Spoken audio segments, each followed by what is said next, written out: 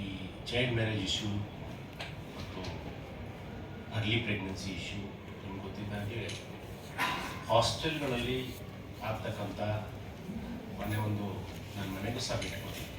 ಕೊಪ್ಪಳದಲ್ಲಿ ಒಂದು ಹಾಸ್ಟೆಲ್ನಲ್ಲಿ ಮಗು 15 ವರ್ಷದ ಮಗು ಟಾಯ್ಲೆಟಲ್ಲಿ ಡೆಲಿವರಿ ಆಗುತ್ತೆ.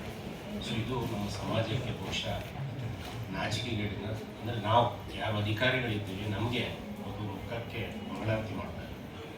ದಯವಿಟ್ಟು ಇದನ್ನು ನಾವು ತುಂಬ ಸೀರಿಯಸ್ ಆಗಿ ತೊಗೊಳ್ಬೇಕಾಗತ್ತೆ. ನನಗೆ ಬಂದ ಮಾಹಿತಿ ಪ್ರಕಾರ ಸುಮಾರು 22,000 ಹಾಸ್ಟೆಲ್ಸ್ಗಳಿದ್ದಾವೆ. ಬೇರೆ ಬೇರೆ ಇಲಾಖೆಗಳಿಂದ ಪ್ರೈವೇಟ್ ಗೌರ್ಮೆಂಟ್ ಹಾಸ್ಟೆಲ್ಸ್ಗಳಿದ್ದಾವೆ. One of the main hub of this exploitation of the child right is that hostel. ಅವುಗಳನ್ನು ಕಂಟ್ರೋಲ್ ಮಾಡಲಿಕ್ಕೆ ನೀವುಗಳು ಅಲ್ಲಿ ಭೇಟಿ ಕೊಡುವುದಿರ್ಬೋದು, ಸಮಾಲೋಚನೆ ಮಾಡೋದಿರ್ಬೋದು, ಕಂಪ್ಲೇಂಟ್ ಬಾಕ್ಸನ್ನು ಇಡುವುದಿರ್ಬೋದು, ಇವೆಲ್ಲ ಬಹಳ ಮುಖ್ಯ ಆಗುತ್ತೆ. ಮಕ್ಕಳು ನಿಮಗೆ ಗೊತ್ತಿದೆ, ಚೈಲ್ಡ್ ಸೈಕಾಲಜಿಯನ್ನು ಓದಿದರೆ ಅವರಷ್ಟು ಒಂದು ಇದ್ದವರು ಯಾರಿಲ್ಲ. ಅವರಿಗೆ ತುಂಬ ಕಡೆಯಿಂದ ಬಹಳ ಬೇಗನೆ ಪ್ರಲೋಭನೆಗೊಳಗಾಗ್ತಾರೆ, ಬಹಳ ಬೇಗ ಸೆಳೆತಕ್ಕೊಳಗಾಗ್ತಾರೆ.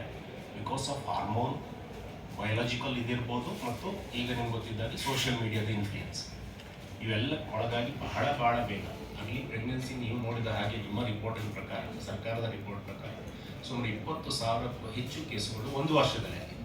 ಇದು reported cases. According to me unreported may be double of that. So ಎಲ್ಲೋ ಒಂದು ಕಡೆ ನಾವು ನೀವು ಕೆಲಸ ಮಾಡ್ತಾ ಇದ್ದೀರಿ, ಇಲ್ಲ ನಾನು ಯಾರನ್ನು ನಾಟ್ ಕಂಪ್ಲೇಂಟ್, ಕೆಲಸ ಆಗ್ತಾ ಇದೆ. ಬಟ್ ಅದು ಇನ್ನೂ ಜಾಸ್ತಿ ನಾವು ಈ ಚೈಲ್ಡ್ ಮ್ಯಾರೇಜ್ ಆದಾಗ ರಿಪೋರ್ಟಿಂಗ್ ಆಗಲ್ಲ. ಪೇರೆಂಟ್ಸ್ಗಳೇ ಇನ್ವಾಲ್ವ್ ಆಗಿರ್ತಾರೆ, ಸಂಬಂಧಿಕರು ಇನ್ವಾಲ್ವ್ ಆಗಿರ್ತಾರೆ. ಅದು ಸ್ಕೂಲ್ ಟೀಚರಿಗೆ ಗೊತ್ತಿದ್ರೂ ಸಹ ಅದು ಕಂಪ್ಲೇಂಟ್ ಮಾಡಲ್ಲ.